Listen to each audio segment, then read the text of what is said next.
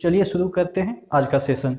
थिसियोलॉजी, यहाँ से यहाँ तक आप देखेंगे जो कि साइंस का ब्रांच है उसके बारे में चर्चा करेंगे। जो भी ये ब्रांच है साइंस का वो थोड़ा कठिन है, ये थोड़ा क्योंकि इसको लोग अक्सर याद नहीं कर पाते हैं, ठीक है। तो उसी को हम यहाँ पे याद करने की कोशिश करेंगे। जो आपको पता है, जैसे आपको बोटनी के बारे में पता है कि बोटनी क्या है, ठीक है, जूलॉजी क्या है, तो ये सभी को पता होता है, ठीक है। तो जो कठिन है उसको अपन यहाँ पे डिस्कस करते हैं, ठीक है।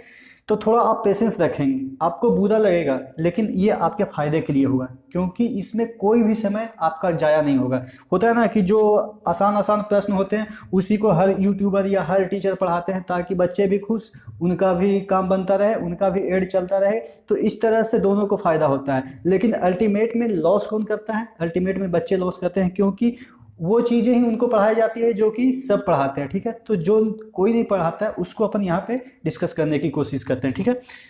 तो थिसियोलॉजी, थिसियोलॉजी किस चीज़ का साइंस है? टीबी का अध्ययन, जो कि ट्यूबरक्लोसिस होती है, ठीक है। टीबी क्या है? ट्यूबरक्लोसिस, यानी कि जिनको क्षय रोग होती है, हिंदी में उसको कहते हैं क्षय रोग, उसके बारे में अध्ययन किया जाता है। उस साइंस को क्या कहा जाता है? थिसियोलॉजी। यहाँ पे पी क्या है? साइलेंट है, इसलिए हम बार बार बोल रहे हैं थिसियोलॉजी। थिसियोलॉजी किसको कहा जाता है? वह साइंस जिसमें टीबी के बारे में अध्ययन किया जाता है, यानी कि क्षय रोग के बारे में अध्ययन किया जाता है। याद करने का सिंपल तरीका है, जिनको टीबी होती है, ठीक है, वो ना चाहते हुए भी थू था करते रहते हैं। कफ आती है, टीबी में क्या होती है? खांसी आती है, तो थू था करते रहते हैं। तो इससे हम याद रखेंगे थिसियोलॉजी, ठीक है। थू था से मजबूरी है उनकी, वो ना चाहते हुए भी उनको करना पड़ जाता है, वो ऑटोमेटिक हो जाती है। रिहोलॉजी, रिहोलॉजी मतलब क्या होता है? इसका हिंदी अगर आप देखें तो विकृत विज्ञान, नाम से ही पता चल रहा है। हिंदी में तो आपको पता चल जाएगा, अगर आप इंग्लिश का पेपर दे रहे हैं एसएससी में, ठीक है, तो उसमें अगर पूछा जाए रिहोलॉजी तो आप कंफ्यूज हो जाएंगे। लेकिन अगर आप रेलवे का पेपर दे रहे हैं उसमें अगर हिंदी में भी प्रश्न रहता है तो अगर विकृत विज्ञान है तब तो कुछ अनुमान लगा सकते हैं, लेकिन रिहोलॉजी अगर दिया रहे तो आप अनुमान नहीं लगा सकते, क्योंकि प्रश्न में कई बार क्या होता है कि डायरेक्ट जो हिंदी होती है वो ना देके कि इंग्लिश को ही हिंदी में लिख दिया जाता है। ऐसे क्या लिखेंगे? रिहोलॉजी, ये इस तरह से लिख देंगे, ठीक है। तो आप यहाँ पे तो अगर याद नहीं करेंगे तो कंफ्यूज हो जाएंगे, ठीक है। तो रिहोलॉजी क्या होती है, किस तरह का साइंस होती है? डिफॉर्मेशन ऑफ लिक्विड, ठीक है। लिक्विड का डिफॉर्मेशन होती है, उसको अध्ययन करते हैं, उस साइंस को कहते हैं रिहोलॉजी, ठीक है। रिहोलॉजी। याद करने का तरीका, याद करने का सिंपल तरीका है रेहू।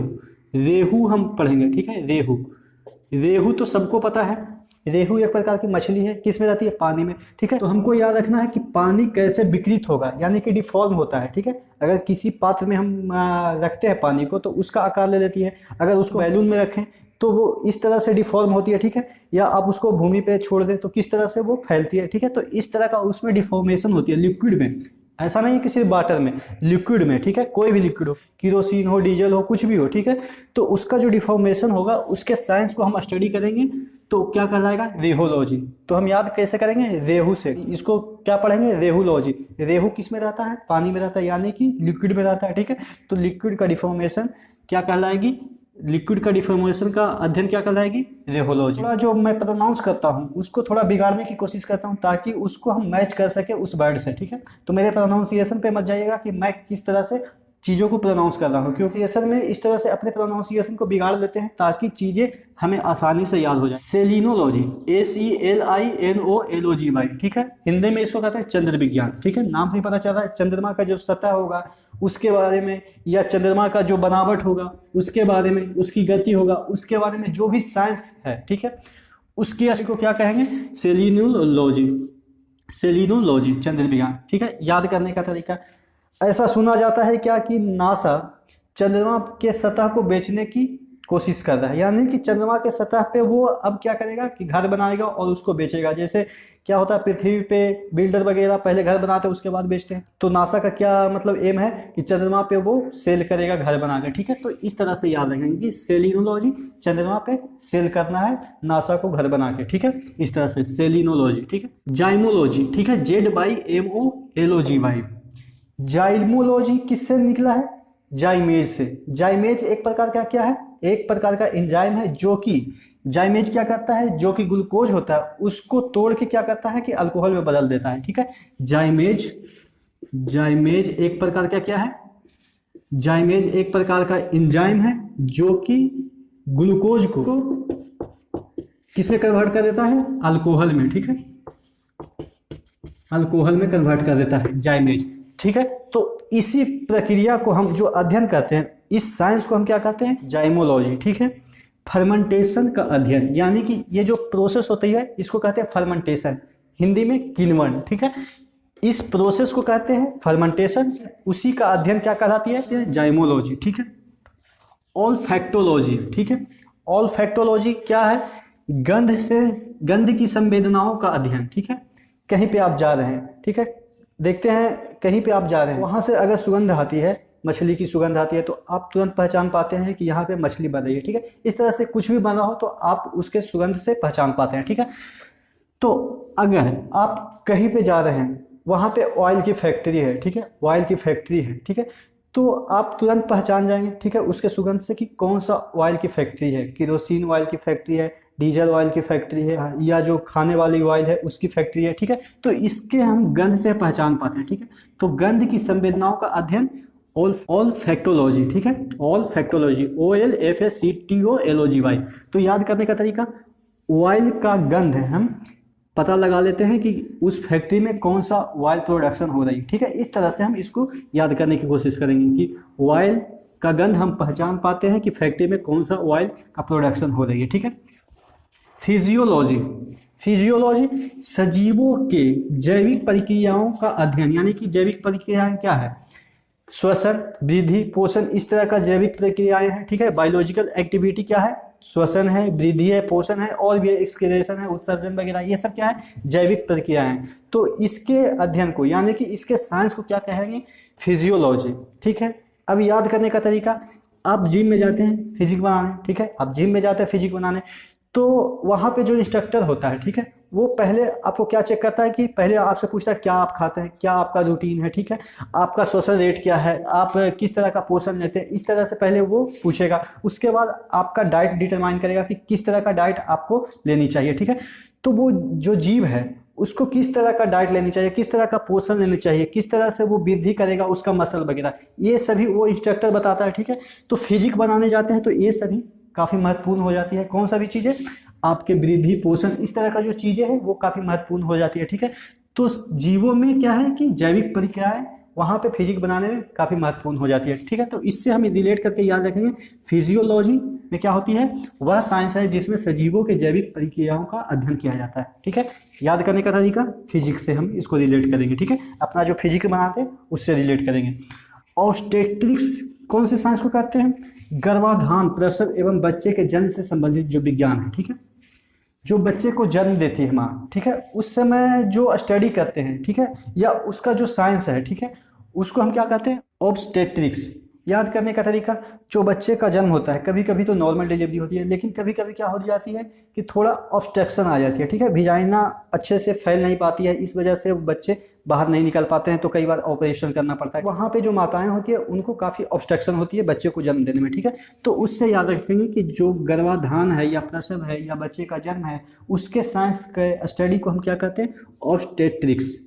याद करने का तरीका, ऑब्स्ट्रक्शन होती है बच्चे को जन्म देने में कई बार, ठीक है। तो इस तरीके से हम इसको याद करेंगे। यूजेनिक्स, EUGENICS, ठीक है, यूजेनिक्स, ये किस तरह का साइंस है, मानव सहित सभी जीवों के नस्ल सुधार संबंधित विज्ञान है।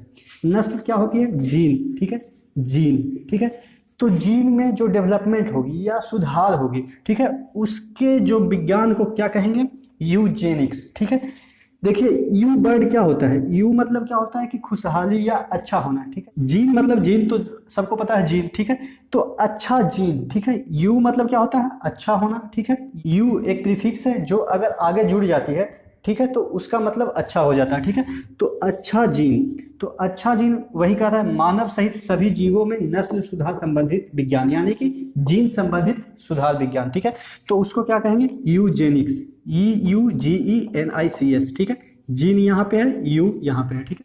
कॉन्कोलॉजी, कॉन्कोलॉजी, कॉन्कोलॉजी कौन सा विज्ञान है, मोलस्का वर्ग। मोलस्का वर्ग में क्या क्या आता है, शंख, सीप, कौड़ियाँ, जो कि समुद्र या आप कह सकते हैं नदी में जो पाए जाते हैं बालू में, ठीक है। ये सभी के जंतुओं के बाह्य आवरण का अध्ययन, इनके जो बाह्य आवरण होती है वो कैल्शियम कार्बोनेट की बनी होती है, ठीक है। एक कवच होती है, ठीक है, काफ़ी मजबूत होती है।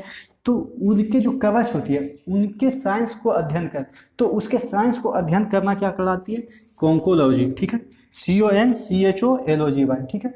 तो याद करने का तरीका, ये जो सभी जीव के जो आवरण होंगे वो किस तरह के होंगे? कंकड़ पत्थर जैसे होते हैं, काफ़ी मजबूत होते हैं। कंकड़ पत्थर क्या है? काफ़ी मजबूत होते हैं। तो इनके जो आवरण होते हैं वो कंकड़ पत्थर जैसे होते हैं। तो इससे याद रखेंगे कि कॉन्कोलॉजी क्या है? कंकड़ पत्थर वाले जो जीव हैं उनके जो आवरण होते हैं उसका अध्ययन, ठीक है। बायोनोमिक क्या है? जीवधारियों का वातावरण के साथ अध्ययन। जीवधारी जैसे हम भी जीव है, ठीक है, तो हमारा इंटरेक्शन वातावरण के साथ किस तरह है, ठीक है, कैसे हम एक दूसरे से बिलोंग करते हैं, किस तरह से हम उस पर डिपेंड करते हैं, ये सभी साइंस को हम हैं या कोई भी जीव है तो उसके साइंस को क्या कहेंगे? बायोनोमिक, ठीक है। बायो मतलब जो बायोलॉजिकल बॉडी है, ठीक है, उसकी बात कर रहे हैं, जीवधारियों की बात कर रहे हैं, ठीक। जहाँ गर्म तथा ठंडी जलधाराएं मिलती हैं वहाँ सबसे ज़्यादा फिशिंग होती है। तो मछुआरे जो फिशिंग करते हैं, फिशिंग मतलब क्या होता है कि मछली पकड़ना, ठीक है। तो सबसे ज़्यादा फिशिंग कहाँ पे होती है, यानी कि कहाँ पे मछली मिलने की ज़्यादा प्रोबेबिलिटी होती है? तो जहाँ गर्म जलधाराएं, समुद्र की जलधाराएं गर्म और ठंडी होती है, तो जहाँ पे गर्म जलधारा और ठंडी जलधारा एक दूसरे से मिलती है वहाँ पे फिशिंग की प्रोबेबिलिटी ज़्यादा हो जाती है। सामाजिक वानिकी, जिसको इंग्लिश में कहते हैं सोशल फॉरेस्ट्री, ठीक है, सोशल फॉरेस्ट्री, ये एक वर्ड है। इसका मतलब क्या है? Management of forest by cooperative society. इसका मतलब क्या है कि अगर गांव है, ठीक, गांव में कई लोगों का समूह एक बनता है, उसको कहते हैं कोऑपरेटिव सोसाइटी, जो कि कोऑपरेशन करते हैं एक दूसरे को। सोसाइटी में क्या होता है कि पहले पैसा जमा होता है, जिसको नीड होती है उसको दिया जाता है, उससे कम ब्याज में पैसे वसूली किया जाता है, ठीक है। तो ये एक कोऑपरेटिव सोसाइटी है, ठीक है। तो कोऑपरेटिव सोसाइटी अगर, ठीक है, अगर कोऑपरेटिव सोसाइटी पौधे लगाते हैं या वन लगाते हैं तो उस विज्ञान को क्या कहते हैं? सामाजिक वानिकी कहते हैं, ठीक है, सोशल फॉरेस्ट्री कहते हैं। अगर कोऑपरेटिव सोसाइटी, ठीक है, कोऑपरेटिव सोसाइटी ऐसा नहीं कि सिर्फ गांव में ही होती है, कई गांव मिलकर भी कोऑपरेटिव सोसाइटी हो सकते हैं, ठीक है, कई जिला मिलकर कोऑपरेटिव सोसाइटी हो सकते हैं, ठीक है। तो लेकिन जनरली गांव में होती है कोऑपरेटिव सोसाइटी, ठीक है। तो अगर वो फॉरेस्ट लगाते हैं, वन लगाते हैं, इस तरह से पौधे लगाते हैं मिलके, ठीक है, उनका एक स्कीम होता है कि हमें इतना पौधे लगाना है, तो उसके साइंस को हम क्या कहेंगे? सामाजिक वानिकी कहेंगे, ठीक है।